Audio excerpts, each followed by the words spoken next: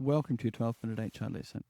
Today, it's going to be absolutely ironic humble brag, a bad dad joke, and why you need to start that performance management process because of not how it technically ends, but about how it practically will end.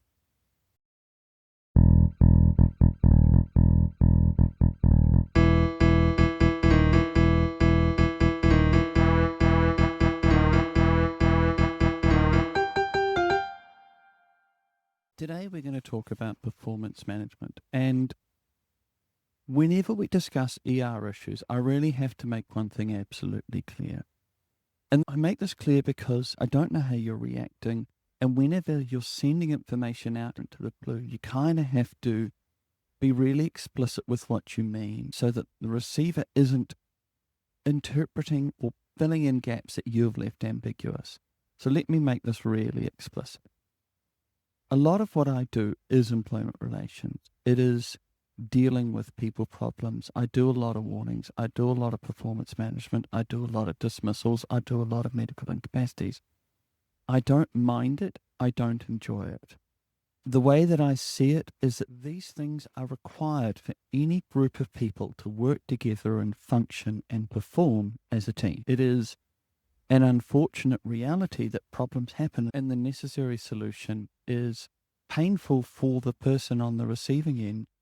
I don't take any joy out of this, but nor do I want to step away from trying to solve the problem and get things working because of the consequences. We can't stay our hand from what needs to be done if we're clear that that's what needs to be done. Now, you can absolutely discuss and absolutely go into the question is this what we need to do? Are there other ways around it? Absolutely. Don't disagree at all. But when I'm talking about performance management, I fully understand that we are talking pretty cruel and harsh things that we need to do, and we don't want to do these things to people. We don't want to put people into situations in which they feel terrible and horrible. But the reality is sometimes these are uncomfortable truths. We can't not tell the truth because it's uncomfortable. We can diminish unnecessary harm, but we can't avoid harm if it is necessary. So, anyway, back to the light stuff. One of the things that I try and contain as much as possible is I'm saving you from my large repertoire of dad jokes. I have a lot of dad jokes. Gonna use jokes really sparingly, and I'm going to use this one just because it's a mental picture that works really well in my opinion. And it goes like this. Two guys in a forest. They see a tiger, they both freeze, and they both immediately know you can't outrun a tiger. One guy calmly sits down, puts on his running shoes. The other guy says, "What are you doing? You can't outrun a tiger." And the first guy goes, "No, I don't need to outrun the tiger. I need to outrun you." The cruel, macabre lesson of that story is sometimes it's not about winning. You don't have to win. You just have to beat the other guy. You just have to get ahead of them in a dangerous race. One thing that I can claim, and it's absolutely tongue-in-cheek, is that I've represented New Zealand in two sports, both of which are 100% luck and 0% skill. But it's a humble brag that I can claim into which anyone should and could clearly deride me for making it. That is lacrosse and sailing. So we're not going to talk about lacrosse, but I can talk to you a bit about sailing. There's concepts that come up in sailing that you don't see in other places, and they're wonderful metaphors, and I want to explain the concepts so hopefully you can see that as a metaphor. Probably your exposure to sailing is pretty limited. You might have seen at the Olympics. Probably the most you know of it is the America's Cup, and that's perfectly fine. That's all you need to know. Because essentially there's two interesting things that you see in sailing, in competitive sailing. If you are sailing in a fleet, there's 20, 30, 40 boats out there sailing, even more so than just you and some other boat. You sail that race to go the fastest you could go, to get from one mark to another in the minimal amount of time. You sail to conditions, you sail to go there the fastest. You're not really thinking about boats around you, you're thinking about how do I go the fastest. That's fleet racing. If you're talking match racing where it's you and another boat, now the game is different. Now it's you versus them, and it doesn't matter how fast you go so long as you're ahead of them. That's the analogy to the two guys in the tiger. It's not about going the fastest, it's about getting ahead of the other person. So that's one concept, that it's less about getting there quicker as it is about interacting with the other party. The second interesting idea that you see in sailing, and this particularly comes up in match racing, is the idea of a wind shadow. And significantly, the idea that you can't live in a wind shadow. The way that this works is essentially 7 mast lengths behind a boat, there is a shadow in which the quality of the wind isn't very good. Anywhere behind that mast and that sail, the air is disturbed, it's swirling, and it's not as strong because it's gone through a sail. It's spun off and doing all sorts of weird things. And any boat that's in that shadow isn't doing very well, isn't getting good quality air.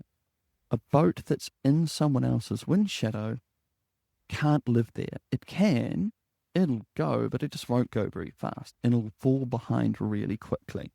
So any sailor caught in a wind shadow will instinctively think, I can't live here, and try and get out of it. If you really want to get into complex stuff, sometimes the boat ahead doesn't want to be there either. That's not necessarily the optimum way to get around the course. It's not the fastest route, but they've put themselves into that situation because they want to put that person in a position where they can't live there. But let's get to the point. Let's get to what we're actually here to talk about, which is performance management and how people react when we put them under a performance management process. Now, this is what I'm pretty certain you're facing with all the time when it comes to the question of performance management, when it comes to the question of PIPs, when it comes to we have an employee that we do not think is doing their job to the required standard, and we need to address the things that they are not doing, and we need to get them to standard, or we need to move them on. It's a shape up or ship out situation. I know if you talk to a manager and say, hey, look, we need to do a PIP around this, there's an almost guaranteed chance they're going to roll their eyes, they're going to promise through grit of teeth to do it, there's a good chance they're not really going to do it, there's a good chance that this will fall into the too hard basket. Understandable, but I'm here to explain why that's actually a real mistake on everybody's part. And the reality is, very, very few people get dismissed for performance because they generally quit. I'm not saying that's a good thing. I'm not saying it's a laudable thing. I'm not saying that every performance process is fair or reasonable, that these people feeling they need to abandon ship is fair or right outcome. To actually dismiss someone for performance takes 6 months. If we're talking 1, 2, 3 warnings then dismissal, we're talking about 1 month periods each review. We're talking about losing a bit of time between meetings as we're setting up meetings and they can't make it. Managers not getting around to scheduling those monthly meetings. We're talking about the 1 to 2 months of coaching discussions and addressing performance concerns. We're talking a 6-month minimum process by which someone is dismissed for their performance. Now, you say that to a manager and they will probably give up. But here's the reality of why we should do this. And that is, it's a really hard place to be. If it's hard for us, it's twice as hard for them, 3 times as hard for them. Put yourself in their shoes. You've been told for a while, hey, there's things that you're not very good at. You sit down with a formal meeting with HR in which you go through all the things that you ought to be doing in your job, and they focus on the 1 to 2 things that aren't working, that you need to improve upon. And you're going to sit down in a month's time, possibly with weekly meetings in between, and all of those are going to be conversations about whether or not you're any good at your job. It's awful. That's horrible. I really wouldn't wish that on people, but it is the reality of what needs to happen. And this 6-month process is a glacier of doom. It's slow moving, but it's awful, it's inevitable, and it's horrible. And to go back to our sailing metaphor, it's a really hard place to live. And the reality is that most people will quit. There's a certain point, and they know it before you do, where they know they're not going to make it. They might sit there in the meeting and say, yes, no, definitely, and they'll argue this and they'll argue that, and they'll commit and they're dedicated and they're focused, I want to keep my job, they might believe it or they might just be saying the right things. But there's a pretty good chance either in that meeting or 1 week, 2 weeks, halfway through the process, they think to themselves, this sucks, I'm out of here. What are my options? And they're job hunting. They're applying for other jobs. This is the reality when it comes to performance management. No one ever gets to a third warning and then dismissed. Almost all of the time, the person knows that they cannot do it. They're the best judge of whether or not this is going to work out. They won't tell you, but they know. And if they do think that they can do it, they've got to prove it again and again. If we go back to our sailing analogy, it's a really hard place to live. If you are performance managing someone, that's tricky. You've got to be all over them. You've got to be covered. You've got to be that boat in front. You've got to be keeping your eye on them constantly. But the reality is, if you are the one being performance managed, it's a really hard place to live. It's really hard to live in that shadow. It's really hard to live in that disruption, that real hit to your ego that a performance management process is. And the reality is they quit.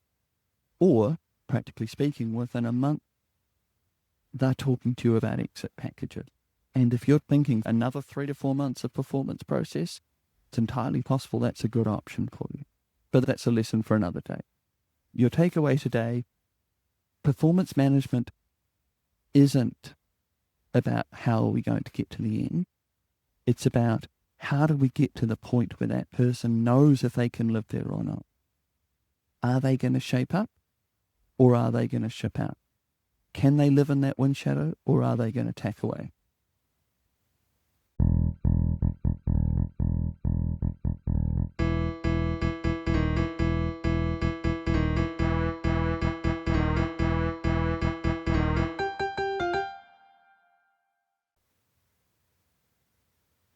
Okay, great, you say. Now, how do I do a performance management process? How do I make sure it's right? How do I make sure it's legally compliant?